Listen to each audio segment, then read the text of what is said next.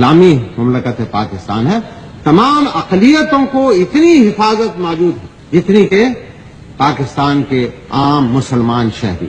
پاکستان کی 79 سالہ سیاسی اور ملٹری تاریخ میں ایک نام ایسا ہے جس نے نہ صرف ملک کے سیاسی دھارے کو بدلا بلکہ پورے خطے کی جیو پولیٹکس پر گہرے نقوش چھوڑے۔ کچھ کے لیے وہ اسلامی نظام کے پاسبان اور افغان جہاد کے ہیرو تھے تو کچھ کے لیے سخت حکمران۔ یہ کہانی ہے جنرل محمد ضیاء الحق کی، پاکستان کے چھٹے صدر اور طویل عرصے تک رہنے والے حکمران کی۔ 12 اگست 1924 کو جالندھر میں پیدا ہونے والے محمد ضیاء الحق نے اپنی تعلیم سینٹ اسٹیفن کالج دہلی سے حاصل کی۔ دوسری جنگ عظیم کے دوران برطانوی انڈین آرمی میں شمولیت اختیار کی اور 1947 میں قیام پاکستان کے بعد فوج کا حصہ بنے۔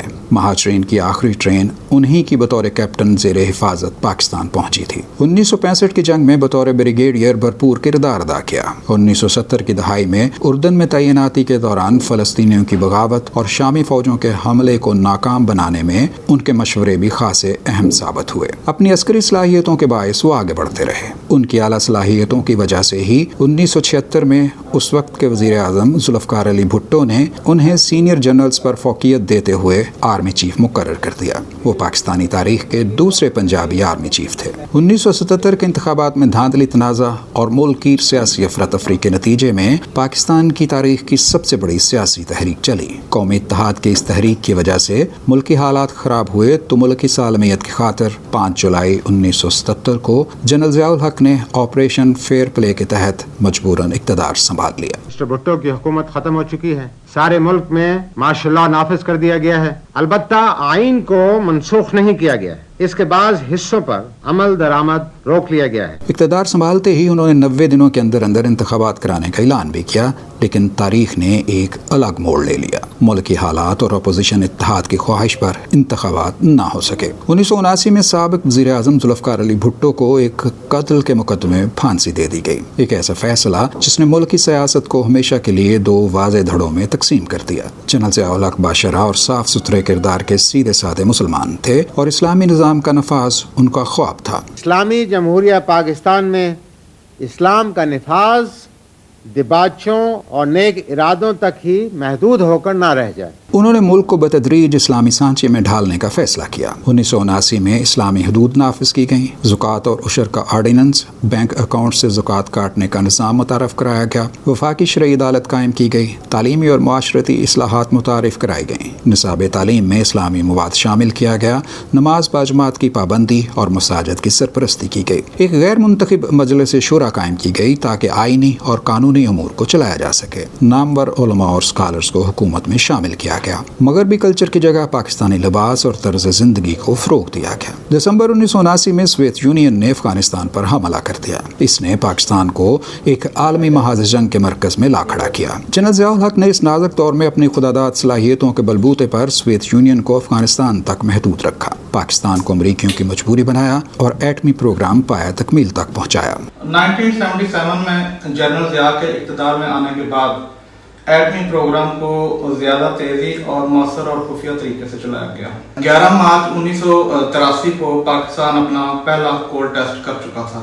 بھارتی وزیر اعظم راجیو گاندھی کو آنکھیں دکھانا ہو یا خالصتان تحریک کی آبیاری اور کشمیر کی جدوجہد آزادی کی چومکھی جنگ لڑنی ہو، جنرل ضیاء الحق ہر محاذ پر کامران ٹھہرے۔ We are not in competition with India, but we love our freedom and we love our autonomy. And we will not allow India to bully us. بنگلہ دیش کا زخم ابھی تازہ ہی تھا کہ جنرل ضیاء کے اقتدار میں آتے ہی خالصتان کی تحریک نے زور پکڑ لیا۔ خالصتان کی تحریک کو سیاسی، عسکری اور سفارتی دوام جنرل ضیاء کی حکومت نے بخشا۔ جنرل ضیاء الحق دنیا کے واحد ہستی بنے جنہیں عالم اسلام کے نمائندہ حکمران کے طور پر اقوام متحدہ کی جنرل اسمبلی میں خطاب کا موقع ملا۔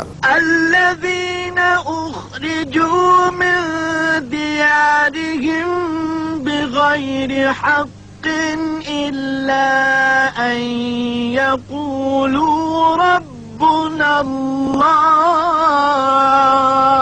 1985 میں ضیاء الحق نے غیر جماعتی بنیادوں پر انتخابات کرائے، جس کے نتیجے میں روایتی سیاستدانوں کی بجائے نوجوان قیادت سامنے آئی۔ انہوں نے ہی آئین پاکستان میں آرٹیکل 239 کی شق 4 شامل کرائی کہ نیا صوبہ متعلقہ صوبے کی اسمبلی سے 2/3 اکثریت کے بغیر نہیں بن سکتا، جس کی وجہ سے سندھ اور پنجاب ابھی تک سلامت ہیں۔